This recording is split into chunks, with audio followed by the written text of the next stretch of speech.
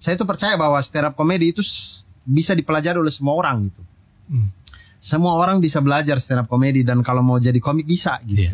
Ngobrol, saya sih rasa gitu ya. saya teman ya, tapi nggak tahu ya mereka berteman nggak ya sama saya juga kurang tahu tuh. Apa yang motivasi kamu mengangkat isu sosial terkait Indonesia Timur? Sebenarnya itu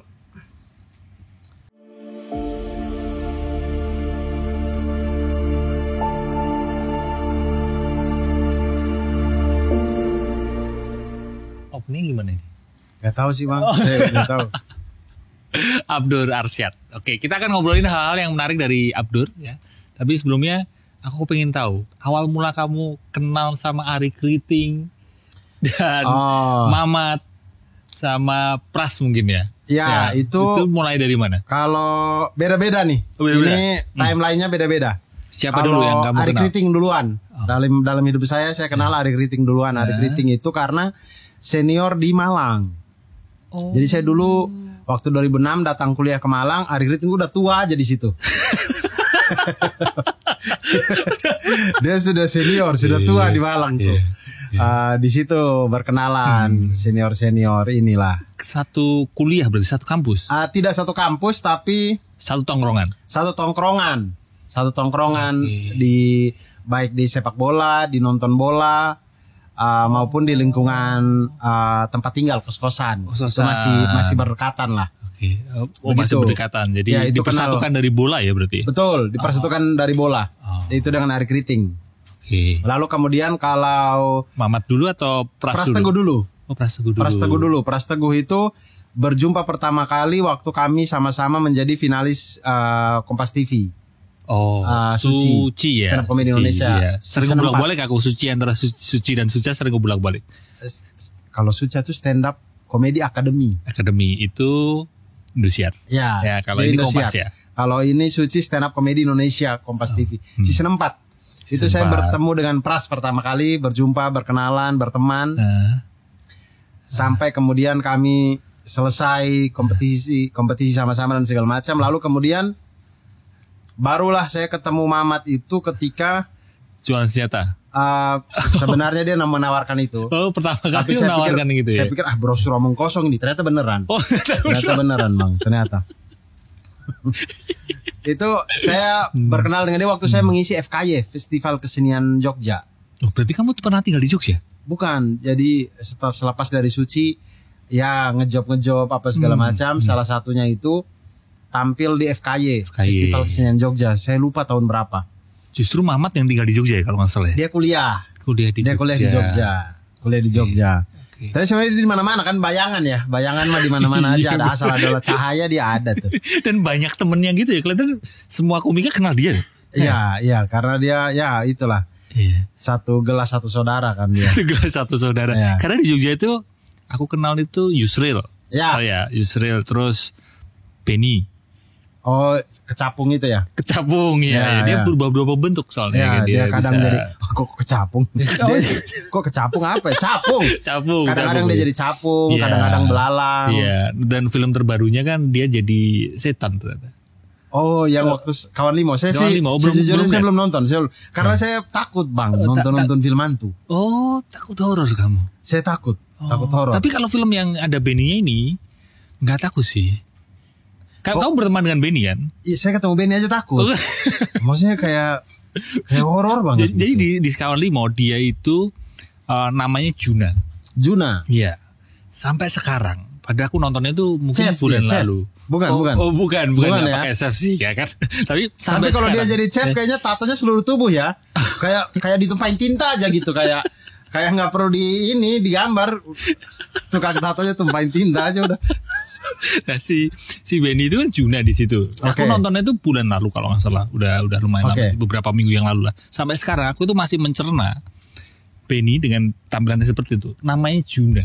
Bisa bayangin. Karena di kepala kita Juna tuh kayak Chef Juna. Iya. Dan dia kenalin yang Juna bersih. Aku juga WhatsApp dia sih ngomong gitu aku. Iya. Gitu. Yang kayak Juna tuh kayak tipikal orang yang sehari mandi 2 kali gitu. Iya. Dia mandi. Benny kan kabisat. Kabisat baru mandi. Tahun kabisat baru mandi Bang Des. Tiap 29 Februari mandinya.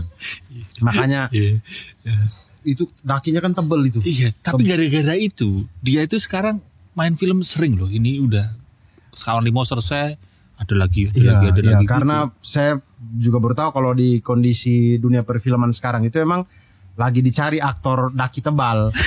Dan itu cuma ada di Benny. Rio Dewanto lewat nggak bisa. Lewat ya, Rio Dewanto nggak bisa. Siapa lagi? Mau Nicola Saputra nggak bisa. Cuman Benny. Cuma Benny yang bisa. Satu-satunya aktor daki tebal cuman Benny. Jadi memang ada bagusnya juga Ben Kaut nggak mandi setiap, maksudnya mandinya cuma setiap tahun kehabisan, bagus juga sih. Ternyata itu rezekinya dia. Rezekinya dia di situ. Jangan sampai sudah ada uang mulai rajin beli sabun terus mandi, jangan Ben. Laku nanti dia. Malah nggak laku. Jadi tadi ya dari Ari Kriting. Oh ya, Mamat ketemu di FKY Bang. Di FKY itu di Jogja. FKY pada waktu itu kami sama-sama tampil. Oh, sama-sama tampil. Jadi dia tampil dari perwakilan stand up Indo Jogja, dia datang tampil, dia tampil duluan, habis itu saya kalau tidak salah pada waktu itu. Disitulah kami bertemu. Pecah nggak waktu itu? Pecah. Waktu itu pecah sih Mamatnya ya. Mamanya pecah, orang semua penonton ditodong pakai pisau. Ketawa nggak? Ketawa kok. Ketawanya jadi terpaksa ya. Akhirnya ketawa orang. Ketawanya karena takut. Iya. Dia mainnya psikis emang. Oh iya. Mamat itu emang. Kalau dibandingin Mamat, katanya kamu itu Abdur itu adalah komika yang paling alim ya.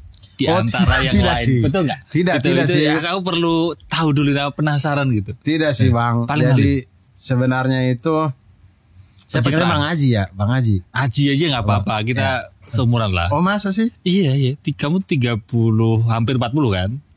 Tidak sih. Ya hampir, tapi 4 tahun lagi saya. 88 tuh sekarang umur berapa ya kalau 88? Dia nggak mau kalau mau mendekati 40 dia. Dia. Karena kayaknya 88 belum deh. Berapa ya 88? Tapi kan mau mendekati 40, Dur. Ya kan? 35 ke atas kan? 35 ke atas. 35 apa 36? 36 tahun. Iya, 35 tahun saya. Iya, aku 40. Nah sama, lebih tua berarti seumuran sama Ari Kriting. Ari Kriting tahun ini juga 40 tuh. Oh, tahun ini dia Ari Kriting ya? Tapi abang kelihatan muda ya. Ari Kriting kok tua banget ya.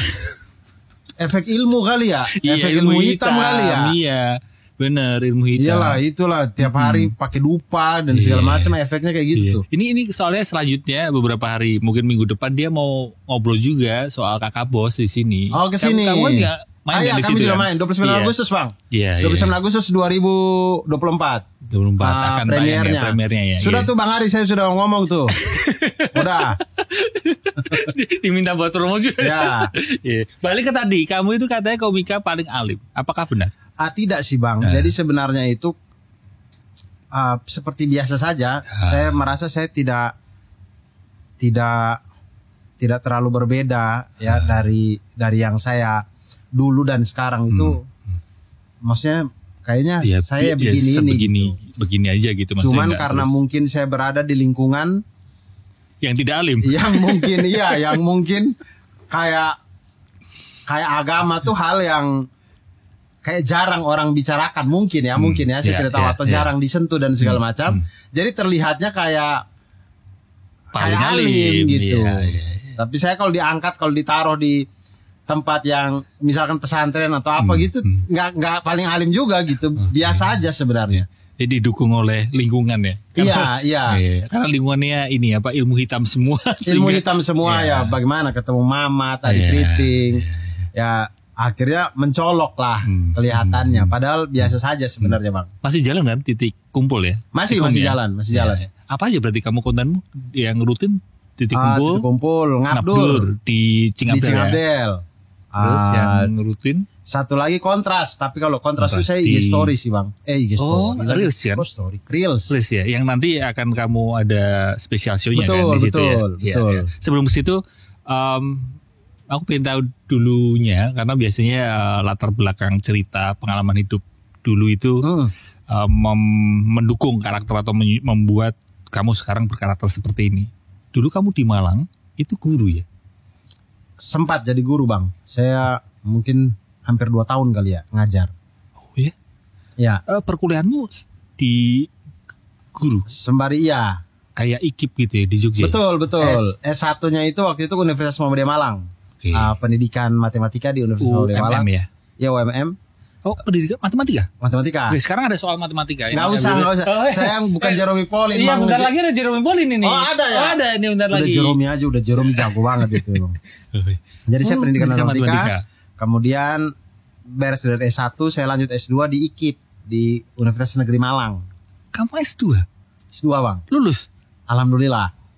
Wow. Nah, itu selalu tahu respect. Enggak juga. Respect. Karena nganggur aja sih, Bang. Karena nggak ada kerjaan. Oh. Daripada ngapain daftar S2 iya, aja gitu. Ada tipe-tipe orang beda-beda. Ada yang S2 karena memang bisa, ada yang S2 karena tuntutan pekerjaan, ada yang karena S2 karena nganggur. Nah, saya itu yang terakhir, S2 karena nganggur. S2 di Universitas Negeri Malang. IKIP-nya Malang tuh. Oke. Kayak di sini UNJ, di sana di Jogja UNY. UNY betul. Kalau di sana enggak UNM, namanya UM aja. Universitas karena Malang. Iya, Universitas Negeri Malang tapi singkatannya UM. N-nya di mana? Karena UNM udah diambil sama Negeri Makassar. Oh, singkatan itu udah diambil sama UNM-nya Makassar, Universitas Negeri Makassar. Makanya di Malang UM aja. UM aja. Oke, jurusan S2-nya? Jurusan Pendidikan Matematika juga. Pendidikan Matematika juga. Nah, di saat saya itulah saat S2 gitu, saya kan S2 karena nganggur.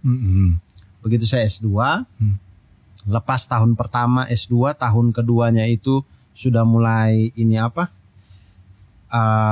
mata kuliahnya sudah sedikit, sudah mulai fokus ke tesis. Nah, di situlah ada tawaran ngajar. Jadi guru. Iya. Guru sekolah. Guru sekolah. SD, SMP. Saya mengajar di SMP, SMA gitu. Guru honor aja sih, Bang. Honorer maksudnya. Iya, kalau honor kan kita nyambi di banyak sekolah juga boleh, asalkan mata pelajaran atau jam pelajaran itu masih bisa terpenuhi dengan baik gitu. Berjalan 2 tahun. Berjalan kurang lebih hampir 2 tahun. Hampir 2 tahun. Jadi saya mengajar, pagi datang kuliah. Di hari kosongnya itu kadang saya mengajar, habis itu balik sore malamnya saya stand up di kafe-kafe. Pertemuanmu dengan stand up itu dari mana? Seorang mahasiswa S2 pendidikan matematika ya kan, guru lagi, tapi terus malamnya kok bisa itu nganggur lagi, gara-gara nganggur lagi. Oke, aku berangkat open mic aja gitu. Salah satunya juga karena itu, Bang, karena nganggur, karena S2 tuh dia beda dengan S1 kan. S1 tuh kita banyak sekali kegiatan. Benar. Maksudnya kita pergi kampus pagi, pulang tuh bisa jam 10 malam, 11 malam. Karena banyak sekali kegiatan. Kita habis kuliah, kita berorganisasi lah, kita bikin penelitian, bikin apa dengan teman-teman, segala macam, banyak sekali kegiatan. Begitu saya S2, saya baru sadar bahwa semua lembaga-lembaga organisasi yang ada di kampus itu bukan untuk anak-anak pasca. Itu kan semua untuk anak-anak strata 1 itu. Mau BEM kah, himpunan kah, UKM kah, itu nggak ada anak S2 ikut-ikut itu. Semuanya atau pencinta alam. Iya, itu semuanya S1 ya? S1 semua kan. Nggak ada anak pasca berorganisasi. Anak pasca ikut BEM tuh nggak ada. Setahu saya ya. Sampai detik ini saya tidak pernah menemukan anak pasca ikut BEM. Nah, jadi saya betul-betul kosong gitu. Jadi dari S1 yang begitu banyak kegiatan ke S2 itu benar-benar kayak kuliah pulang. Emang nggak banyak tugas? S2 bukannya banyak tugas? Sebanyak-banyaknya tugas nggak sampai malam, Bang, kerjain itu. Ya banyak tugasnya, tapi 2-3 jam kita duduk selesai kok itu.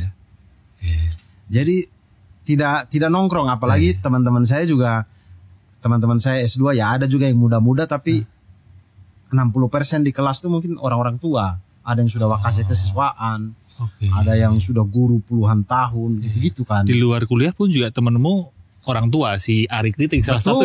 Betul, dukun itu. Dan teman-teman S1 saya sudah tidak ada kan, mereka sudah pada pulang. Rata-rata kuliah di Malang tuh perantauan rata-rata.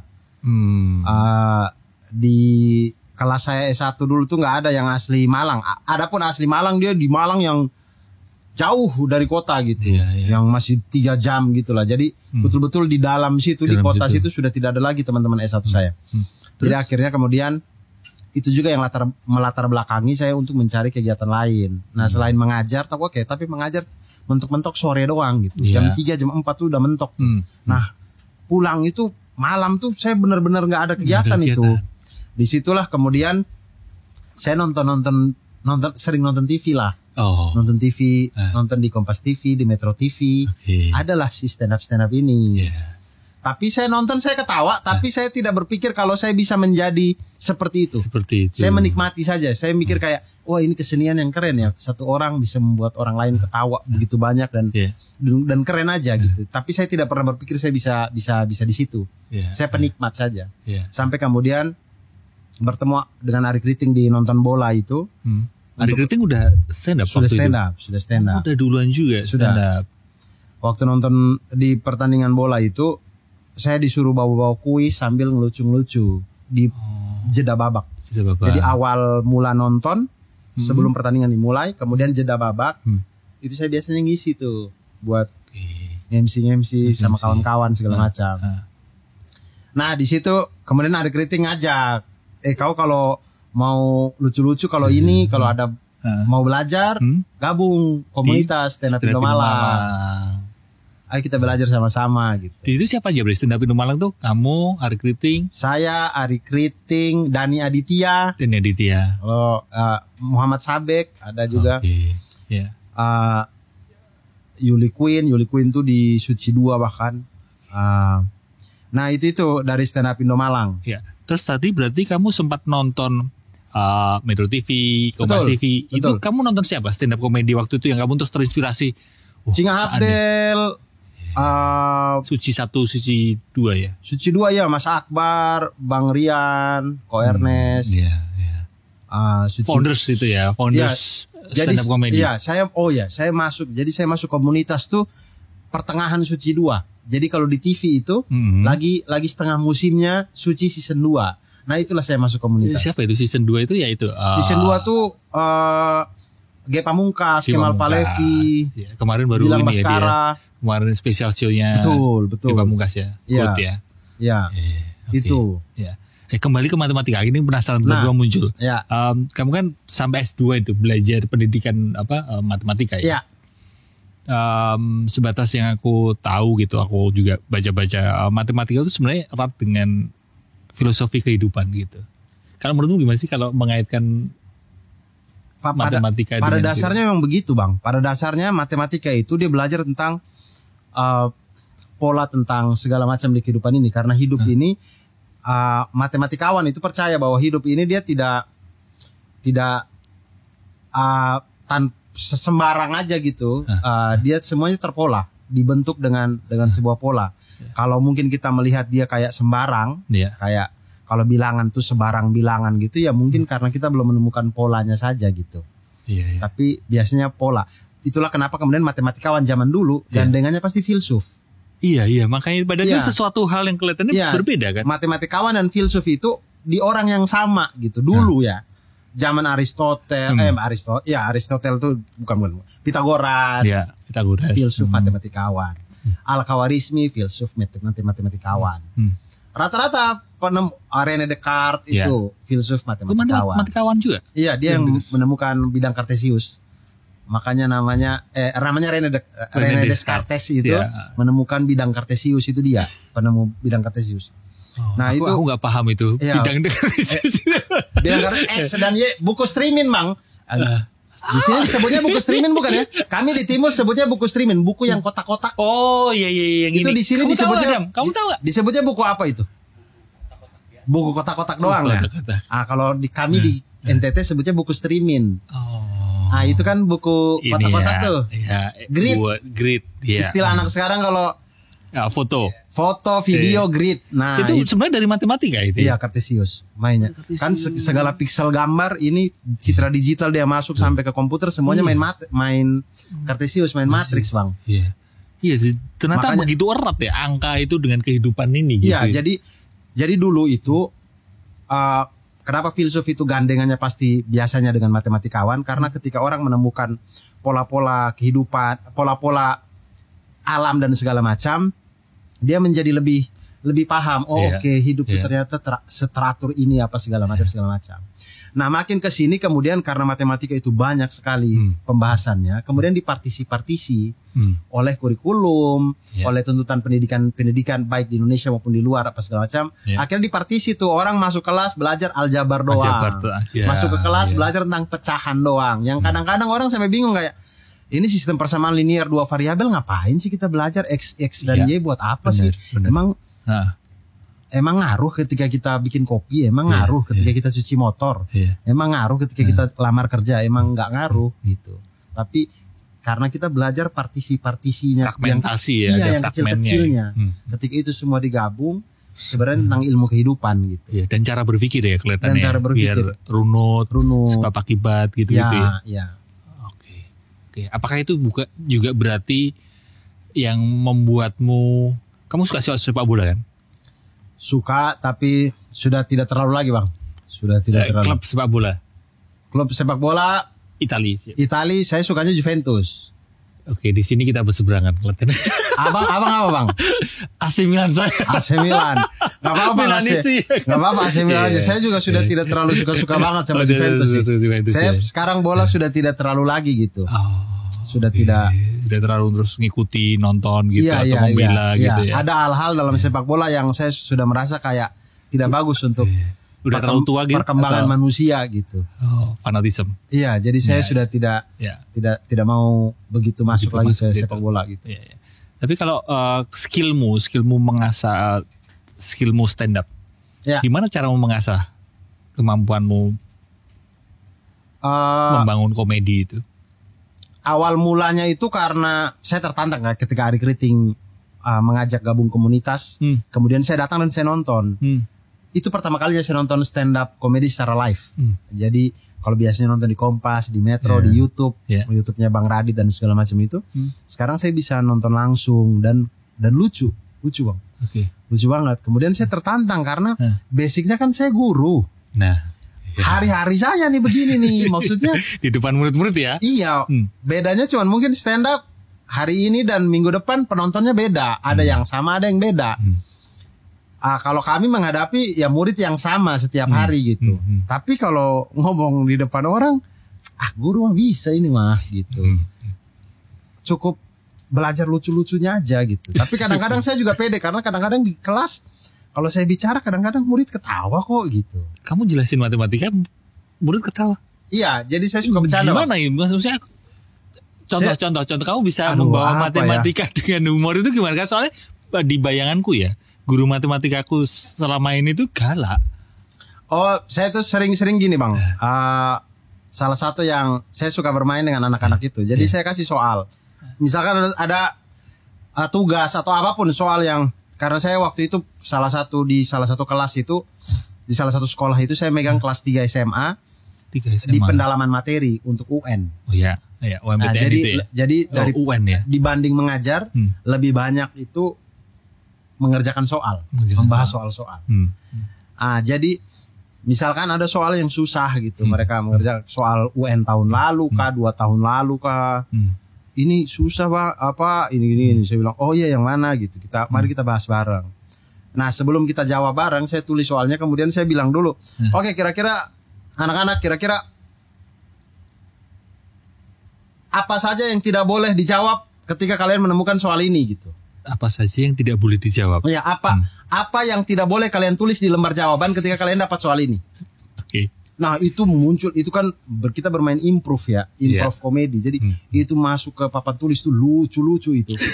Lucu-lucu itu. Ngawur-ngawur itu. Ngawur aja. Gak apa-apa, yang penting tahu kalau segala jawaban yang kita tulis tadi itu jawaban yang salah ya. Nah, sekarang kita mulai belajar yang benernya, langkah per langkahnya bagaimana gitu.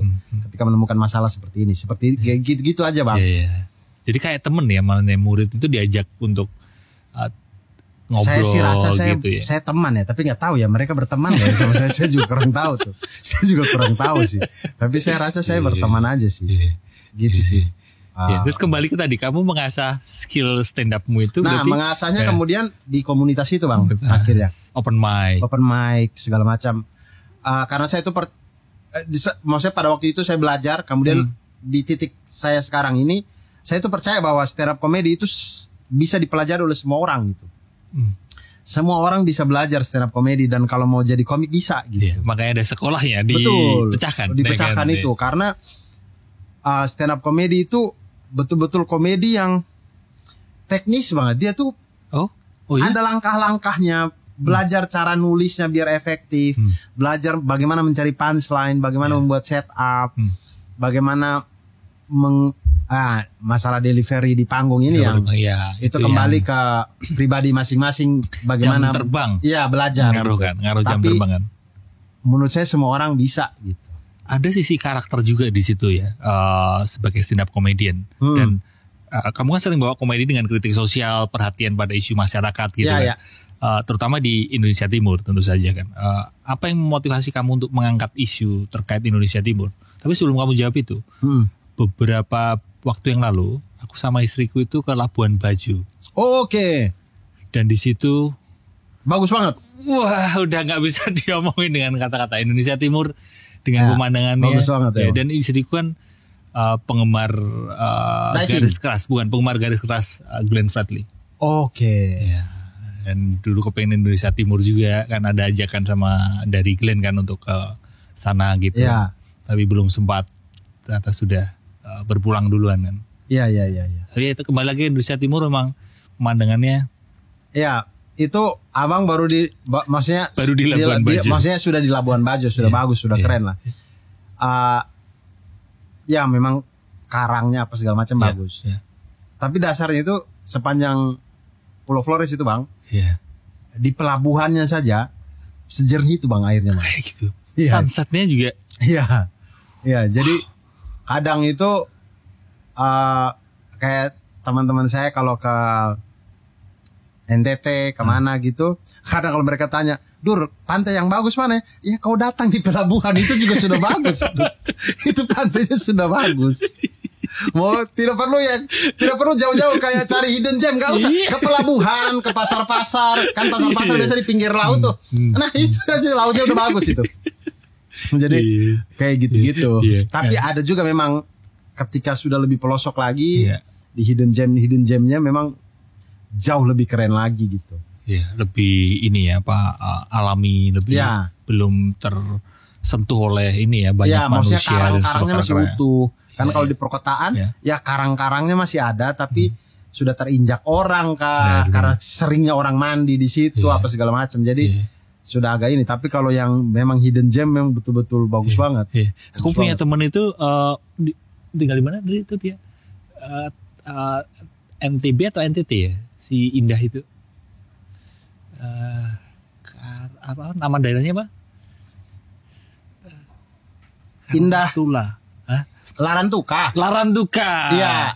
Siapa Indah? Siapa nih orang Larantuka ini? Indah itu juga mengidolakan kamu. Kamu Indah siapa? Endah namanya. Endah Enresa. Oh, bukan. Endah Enresa Pamulang. Dia fotografer gitu. Oh. Dulu dia kuliah di BINUS. Oke. Sempat sama aku sih, maksudnya sempat jalan sama aku gitu, maksudnya jadi fotograferku.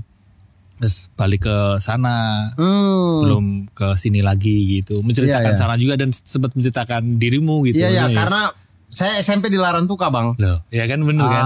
Iya. Bapak dan ibu saya itu aslinya tuh dari Lamakera tuh di Kabupaten Flores Timur, ibu kotanya Larantuka itu. Jadi lahir, tapi bapak dan ibu itu ketika kuliah mereka merantau ke Kupang, ibu kota provinsi. NTT juga. Tapi Kupang itu Pulau Timur. Dia ibu kota provinsi, dia di Pulau Timur. Kalau Labuan Bajo, Larantuka itu di Pulau Flores. Beda pulau. Nah, bapak ibu merantau untuk kuliah, akhirnya kerja di Kupang. Lahirlah kami anak-anak ini di Kupang. Jadi lahir besar saya di Kupang.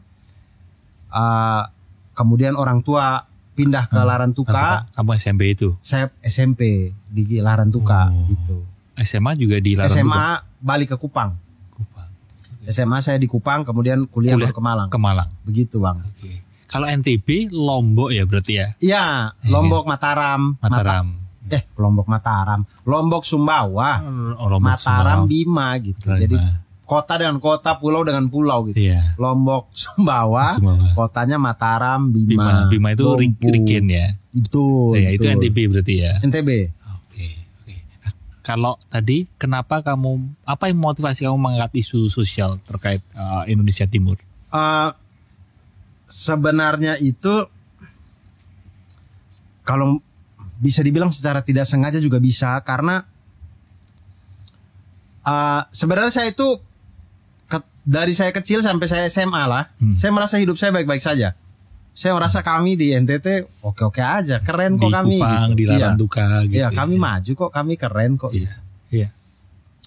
Hal itu berubah ketika saya kuliah di Malang.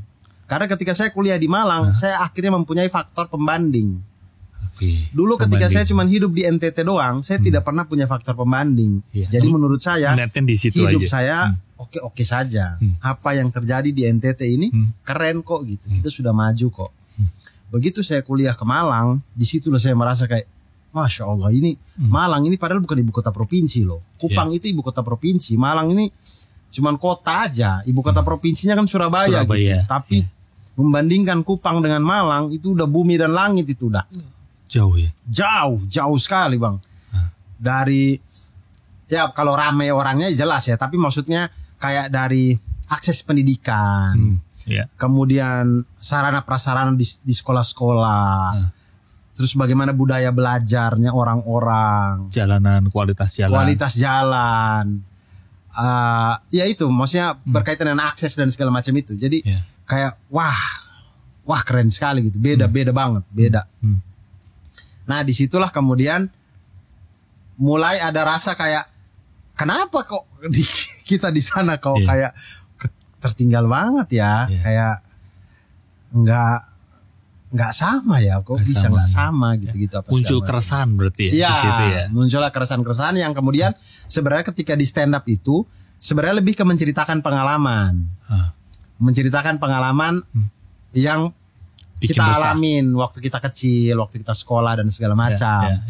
Tapi kemudian ketika itu dibawakan di Malang, di Jakarta, itu orang melihat kemudian seperti komparasi gitu. Lalu kemudian kayak jadi isu sosial apa segala macam. Sebenarnya berangkatnya itu mencari lucu dari pengalaman pribadi. Oke, jadi tidak disengaja untuk ini isu sosial gitu. Tidak. Saya mencari lucu dari pengalaman, dibawa ke panggung, tapi karena kemudian itu terjadi komparasi yang luar biasa antara kehidupan di NTT dengan di Malang, dan akhirnya di kemudian Jakarta juga ya. Orang berpikir ini kritik sosial nih tentang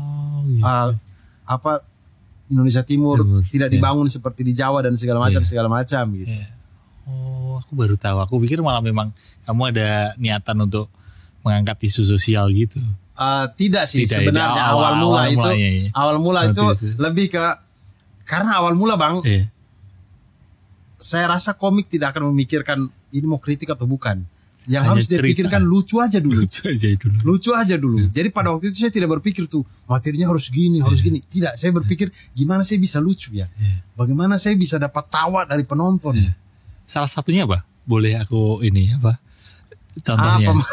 Materi-materi awal saya Bang. Materi-materi awal saya jelek-jelek Bang, beneran. Apa ya materi-materi awal ya? Atau cerita terkait di Kupang, di Larantuka gitu. Salah satu materi-materi awal yang saya bikin tuh yang mama saya suka nonton sinetron itu juga.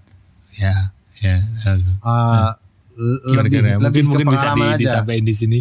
Jadi mama saya tuh saking seringnya nonton sinetron gitu. Dia tuh tidak bisa nonton sinetron seperti orang lain yang nonton aja gitu. Dia tuh terbawa emosi. Jadi setiap kali kalau dia nonton sinetron tuh kami tuh mengungsi lah. Kami harus jauh-jauh karena dia suka marah-marah tidak jelas gitu. Dan sinetron itu ditambah, maksudnya dia tuh jadi bersatu padu atau saling simbiosis mutualisme dengan film Indonesia atau sinetron Indonesia yang suka sekali membuat karakter utama itu yang lemah, perempuan lemah, tidak bisa apa-apa, disiksa ibu tiri, disiksa suami. Wah, itu ibu saya itu yang marahnya kayak, wah perempuan jangan lemah-lemah, angkat gelas itu lempar gitu-gitu. Jadi gitu-gitu Bang. Jadi marah-marah gitu-gitu. Kadang-kadang nonton tuh pegang parang. Masa? Iya. Itu sampai listrik mati, TV nggak berani mati itu. Listrik mati tapi TV-nya tetap hidup. Kalau TV ikut mati, TV-nya yang bisa belah. dibanting ya nanti. Ya, jadi itu makanya anak-anaknya terus pada jaga jarak ya. Betul. Sinetron. Betul. Jadi itu. Dan ternyata setelah saya bikin materi itu, kemudian muncul video-video yang orang merekam mama-mamanya mereka nonton. Dan ternyata emang saya baru sadar kayak, oh ternyata mama-mama timur semuanya emosi ya. Jadi banyak gitu yang memang yang emosi-emosi yang sampai pukul-pukul TV segala macam. Tapi selain emosi kan kalau orang timur suaranya bagus, bisa nyanyi. Apakah seperti itu? Kamu bisa nyanyi? Nah ini nih yang harus kita luruskan. Makanya abang nanti kalau Bang Ari kesini nanti dia promo Kakak Bosi. Suruh nyanyi juga. Tidak, maksudnya saya itu boleh suruh dia nyanyi, deklamasi juga boleh. Tapi saya itu suka dengan salah satu yang saya suka dengan film Kakak Bos itu. Itu kan cerita tentang orang timur yang menyanyi tapi suaranya jelek. Jadi ketika film ini nanti sudah keluar, sudah bisa ditonton, saya senang gitu. Artinya film ini bisa menjelaskan kepada orang-orang awam bahwa tidak semua orang timur itu bisa menyanyi gitu.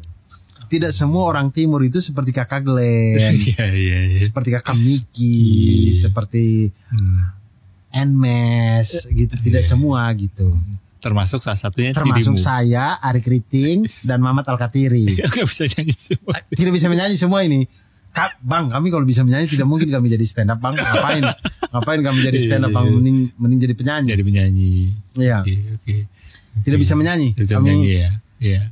Saya mungkin Ari Kriting dan Mamat Alkatiri mungkin masih lebih mengerti nada. Kalau saya beneran saya buta nada, betul-betul buta nada. Saya tidak bisa tuh kayak menyanyi ini suara masuk nggak sih ini gitu. Nggak bisa merasakan gitu.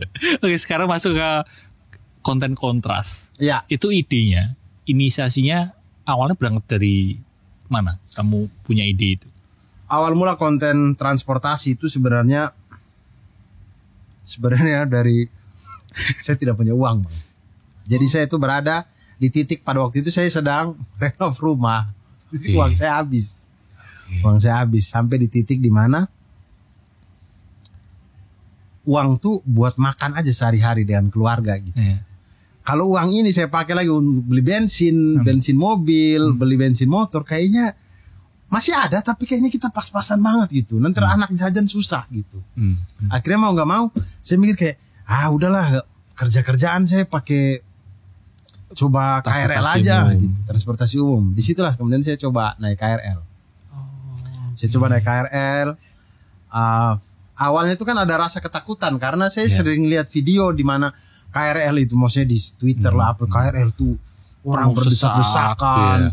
Kadang udah desak-desakan saling pukul lah, ada cewek-cewek ribut di gerbong cewek, kan ada tuh di viral-viral tuh yang gitu-gitu. Jadi saya takut juga kayak ini kalau saya dikeroyok di gerbongnya mati lah saya gitu-gitu. Kalau ada yang nuduh saya tiba-tiba copet kayak apa kan gitu-gitu. Jadi ada ketakutan itu sebenarnya. Tapi ketika saya coba pertama kali, nyaman banget Bang. Nyaman banget. Pasti nggak jurusan mana, dari mana ke mana? Pada waktu itu saya pakai pertama kali KRL jam 11 siang. 11 siang. Dari Citayam jam 11 siang saya naik. Saya ke Sudirman. Ada salah satu perusahaan di Sudirman situ, saya stand up di situ lah. Jadi saya turun di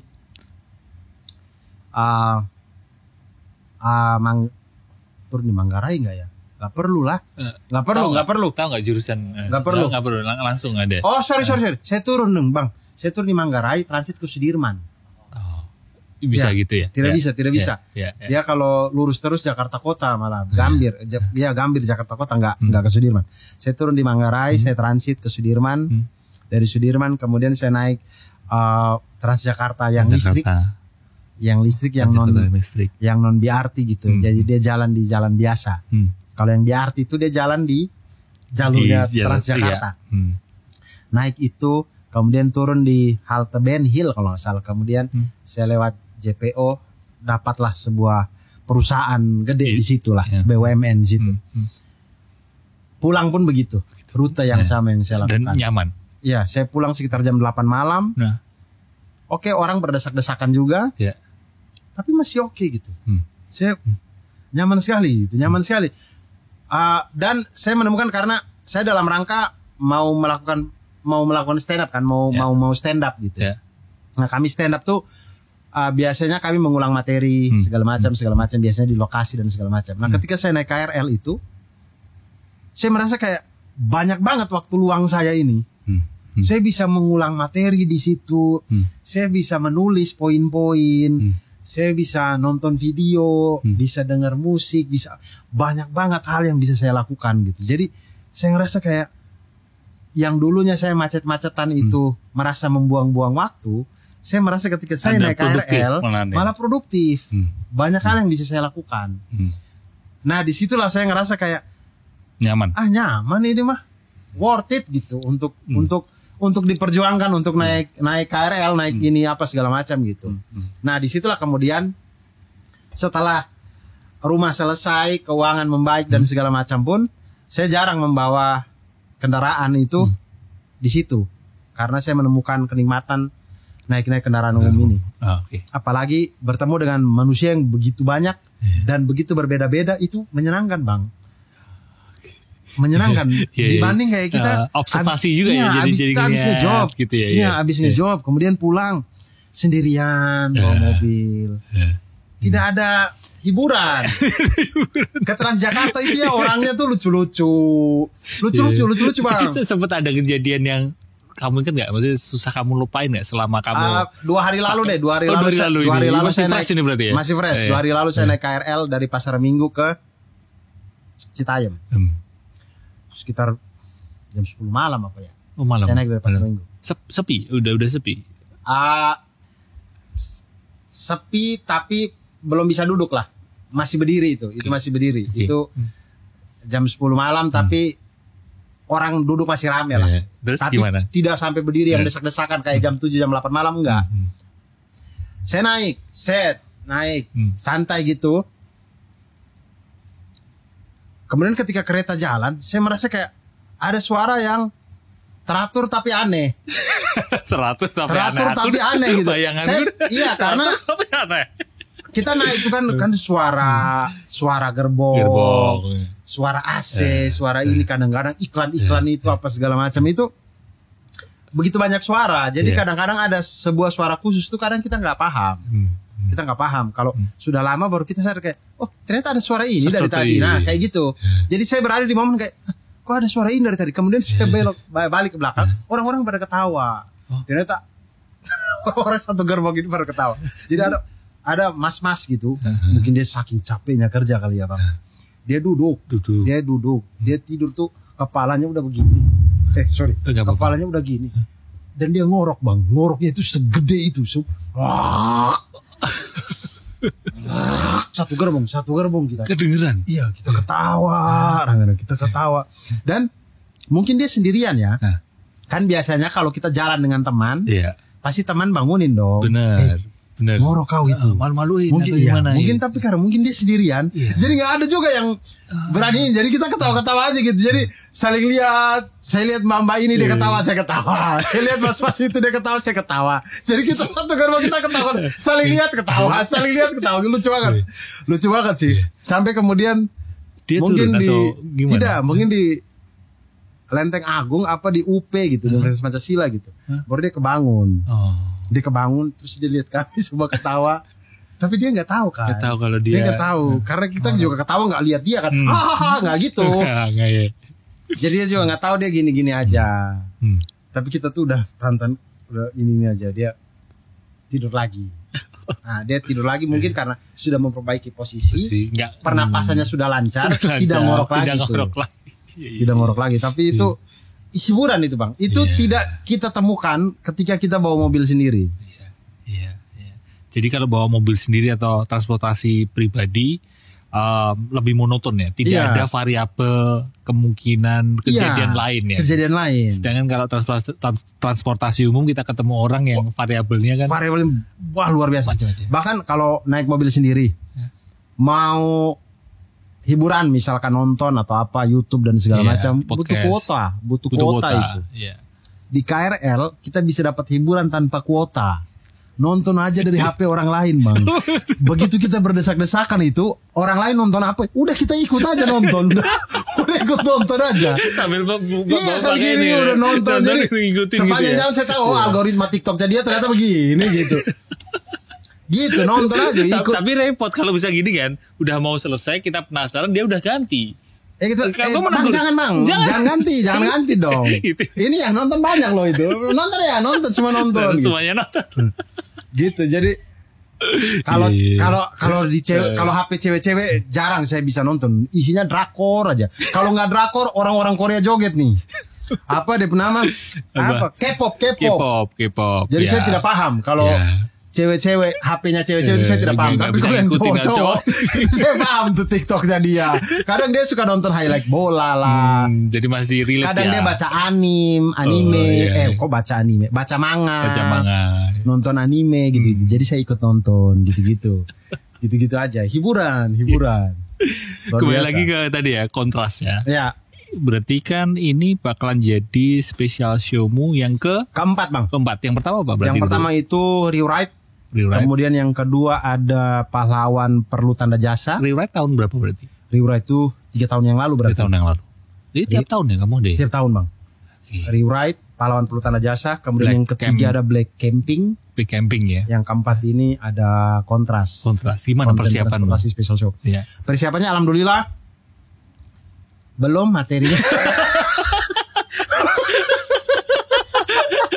Biasanya kan udah menyiapkan macam-macam ya, belum ya? Ada gambaran-gambaran, tapi menulis secara efektif dan efisien layaknya sebuah setup dan punchline, kemudian menyusun itu menjadi sebuah skrip yang utuh belum. Jadi kalau persiapan materi begitu, saya sebenarnya membuka kesempatan untuk ini sih sebenarnya, Bang. Sengaja juga biar kalau ada sponsor masuk, kalau mau dibikinin materi saya bikin gitu. Oh iya. Jadi buat aja sih sebenarnya. Buat gitu. Sponsor yang mau ini ya. Yang mau masuk aduh kami mau dong masuk di materi. Boleh, materinya belum jadi nih. Mumpung materi belum jadi nih. Saya jadi bikin. Masih bebas ya, masih luang ya. Masih bebas. Masukin ya. Berapa kota sih? 16 kota, Bang. 16 kota. Start dari 12 Oktober 2024. Tinggal kota pertama Malang. 2 bulan lagi berarti? Iya. Kota pertama Malang. Kemudian ingat nggak apa aja? Urutan-urutannya saya tidak ingat, tapi saya ingat nama-nama kotanya. Nama-nama kotanya itu Malang, kemudian Surabaya. Oh, oke. Ini tidak secara urutan ya teman-teman, tapi yang saya ingat itu 16 kota itu Malang, Surabaya, Jogja, Semarang, kemudian Bandung, Bogor, Jakarta, Lampung,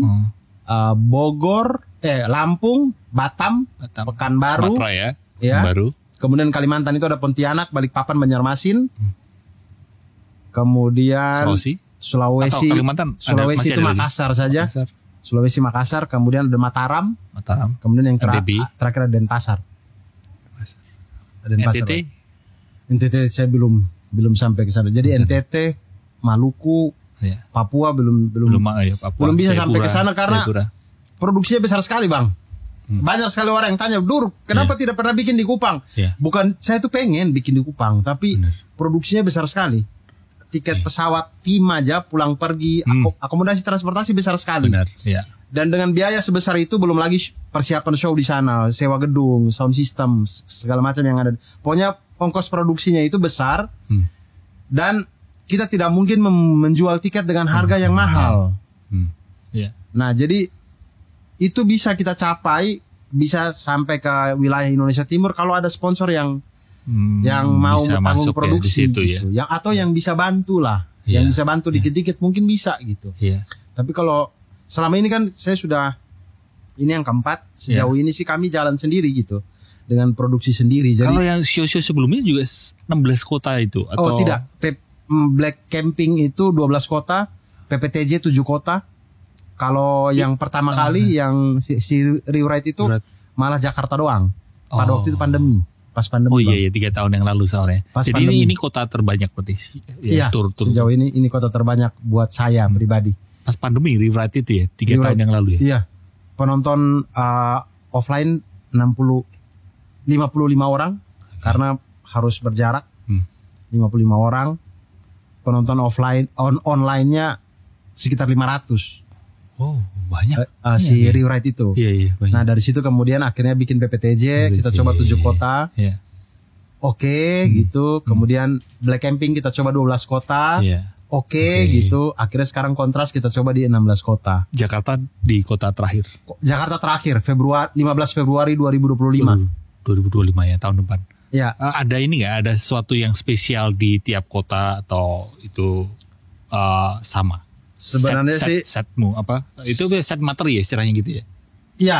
Satu set materi. Satu set materi yang kamu bawakan di setiap kota gitu. Di setiap kota bedakah atau? Tidak beda sebenarnya bang. Dia sama. Tapi biasanya itu akan ada penambahan lokal jokes gitu, lokal jokes gitu. Ada opener. Ada opener dari stand up komunitas yang ada di situ. Kemudian opener yang saya bawa juga. Oh, kamu itu juga bawa opener? Ya, ada Barry William sama Dios. Barry William itu anak teman saya di Comika juga. Anak motor, Barry William. Kemudian Dios ini anak dari stand up Indo Ternate. Kemudian sudah datang ke Jakarta, bekerja di Jakarta. Kemudian saya nonton dia beberapa kali dan saya suka gitu. Oke Dios, ayo kita keliling yuk gitu. Jadi ntar dibagi tuh 8 kota gitu. Oh, 2 opener itu? Iya, bagi 8 kota Dios sama Bari. Itu kemudian lokal jokesnya itu mungkin akan berkaitan dengan transportasi yang ada, karena transportasi di setiap kota rata-rata beda. Di setiap kota yang insya Allah kita datangi itu beda gitu. Kayak di Makassar ada bentor, belum tentu bentor itu ada di Jogja gitu. Berarti itu nanti yang akan kamu eksplorasi untuk kamu bawakan materi biasanya akan bermain di lokal jokes, akan di situ di transportasi di situ ya. Apa sih sebenarnya yang niatanmu membawa tema ini? Niat saya sebenarnya bang, saya merasa kebutuhan transportasi itu sebenarnya sudah menjadi, untuk era modern sekarang sudah menjadi hak kebutuhan utamanya publik ya, sebuah masyarakat, suatu masyarakat gitu. Semua orang itu sudah punya hak untuk transportasi umum, layaknya hak seperti sandang, pangan, papan, pendidikan dan segala macam itu. Transportasi umum itu sebenarnya sudah menjadi kebutuhan-kebutuhan primer kita gitu. Tapi kenyataannya? Nah, kenyataannya dia itu belum menjadi sebuah program utama dari setiap pemerintahan daerah yang ada ataupun pemerintahan pusat yang ada gitu. Jadi kadang itu yang diutamakan, maksudnya yang sering dibilang kayak ntar kita bikin transportasi yang bagus, tapi ujung-ujungnya ketika bekerja dia tidak menjadi prioritas utama gitu. Padahal transportasi umum dari kampanye kan. Iya, padahal transportasi umum itu ketika di setiap daerah transportasi umumnya bagus, maka otomatis kesenjangan juga akan terkikis. Iya. Karena kesenjangan itu tercipta karena akses sulit gitu. Makanya orang kemudian mau sekolah susah, dia harus naik baskom, kemudian bapaknya gotong ke lewat sungai segala macam. Jembatan juga rusak dan sebagainya gitu ya. Iya, karena apa ya? Karena aksesnya susah. Ketika aksesnya susah, terjadilah kesenjangan itu. Akhirnya orang kayak, sudah nak tidak usah sekolah, mending bantu bapak berkebun aja. Akhirnya terjadilah kesenjangan pendidikan. Berarti perlu pembangunan infrastruktur. Betul. Dan infrastrukturnya itu dengan transportasi umum gitu. Karena ketika infrastrukturnya jadi, kalau transportasinya itu pribadi, ya butuh masyarakatnya butuh ekonominya tinggi dulu dong untuk bisa mengakses transportasi pribadi. Gitu. Berarti ini ya mendukung yang membangun infrastruktur. Betul, membangun infrastruktur. Didukung. Yang infrastrukturnya belum ada. Saya dukung, saya dukung untuk pembangunan infrastruktur yang dia belum ada infrastrukturnya. Tapi kalau misalkan Jakarta Bandung kan udah bagus ini infrastrukturnya. Jakarta Bandung itu tidak perlu dibangun lagi, itu udah bagus. Ada tol bagus. masih ada ketimbangan yang jauh. Kereta dari Gambir ada, bagus. Kenapa harus dibangun lagi infrastruktur Jakarta Bandung? Itu udah nggak perlu. Tapi ketika misalkan di Alor sana gitu, Alor itu di NTT, yang ibu-ibu dia antar anaknya itu naik gabus, Bang. Tahu gabus ikan? Gabus? Saya tidak tahu di sini sebutnya gabus apa. Gabus itu styrofoam ya? Styrofoam, betul, gabus. Kami sebutnya gabus, kami nggak kenal tuh styrofoam. Yang kotak gabus. Ikan, biasanya kalau nelayan dapat ikan, kotak ini, ikan ditaruh, kemudian ditaruh es. Dapat gambaran. Box ice. Tapi ini dari styrofoam. Tahu aku. Yang gede tuh. Itu dipakai, Bang. Anaknya ditaruh situ di dayung ke pulau sebelah. Untuk ini, daripada yang begitu, daripada kita membangun yang kota-kota yang sudah ada jalurnya ini, mending ke sana kan, sumbangin kapal apa biar masyarakat jalan ini buat masyarakat itu akses itu sehingga yang di desa kayak mau ke kota tuh gampang gitu. Berarti kontras ini akan ngomongin tentang keresahan transportasi umum. Betul. Saya pengen kayak untuk teman-teman yang nonton, baik saya ataupun teman-teman yang nonton, biar kita semua sadar bahwa transportasi umum ini kebutuhan utama gitu. Sudah menjadi kebutuhan primer. Oleh karena itu di setiap daerah kita tuntut untuk kita harus bersuara untuk tuntut transportasi yang baik di setiap daerah kita gitu. Sehingga dipikirkan mumpung daerah-daerah yang mungkin beberapa daerah yang saya kunjungi mumpung belum macet gitu. Mumpung belum macet, mending bikin dulu, gitu. Jangan tunggu macet dulu. Jangan tunggu macet kayak Jakarta, Bali, Jogja. Itu malah mengurainya, mengatasinya malah pusing Surabaya, sendiri, sendiri, man. Itu susah malah. Kalau udah macet baru mau dibikin, wah susah. Bang, susah. Menarik sekali ini kontras. Untuk pembelian tiketnya gimana caranya? Pembelian tiketnya bisa di abdurarsad.com. Ada websitenya. Websitenya di abdurarsad.com. Di situ ada segala macam penjelasannya terkait dengan kontras maupun link pembelian tiket untuk di setiap kota di situ ada. Kemudian periodenya hari ini tuh pre-sale-nya dibuka mulai 1 Agustus. 1 Agustus. Jadi early bird-nya itu selesai di 1 Agustus 2024. Early bird dibuka 1 Agustus atau tidak, selesai? Early bird-nya selesai. Jadi early bird-nya sudah dibuka mulai dari kemarin-kemarin. Selesai 1 Agustus. Nah 1 Agustus itu dibuka mulai tiket pre-sale. Nah itu semuanya teman-teman bisa beli kecuali yang Kota Jakarta pre-sale-nya nanti.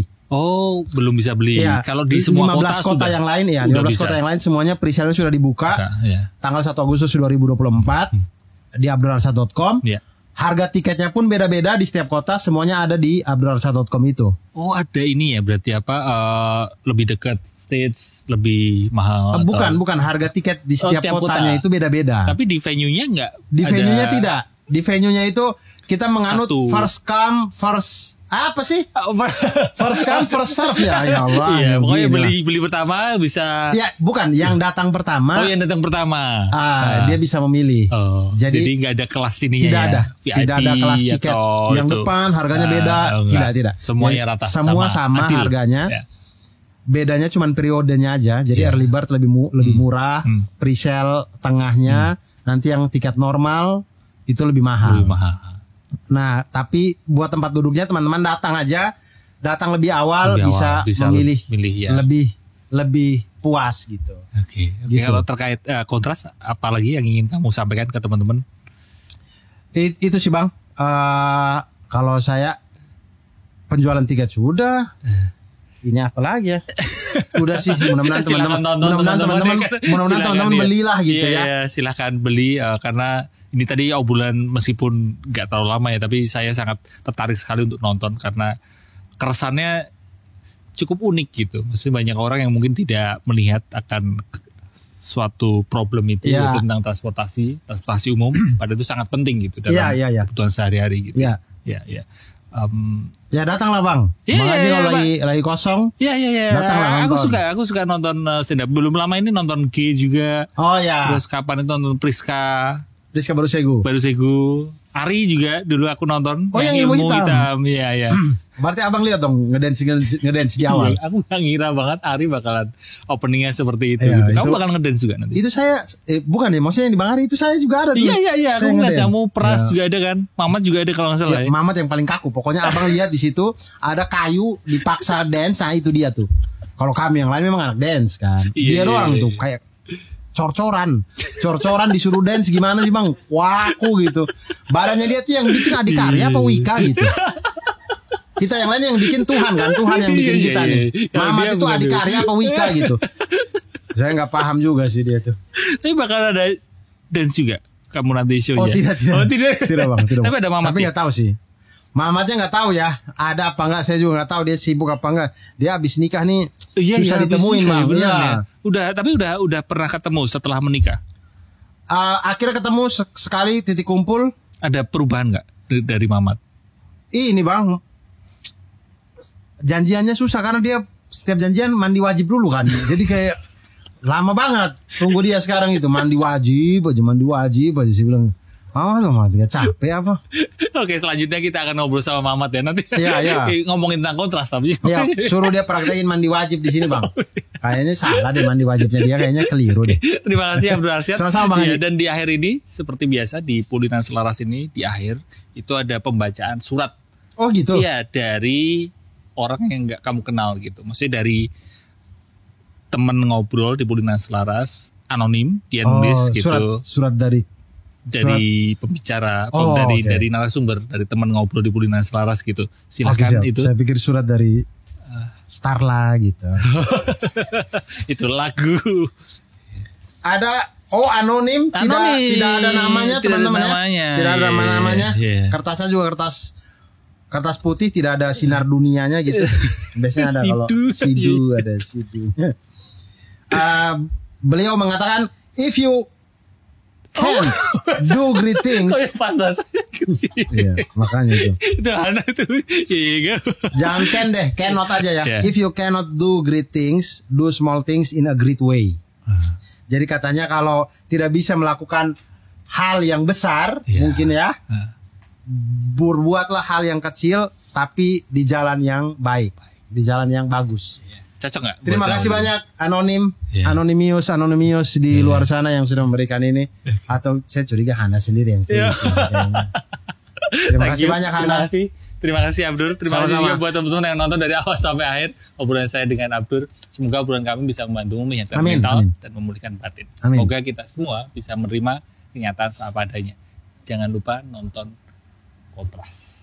Terima kasih.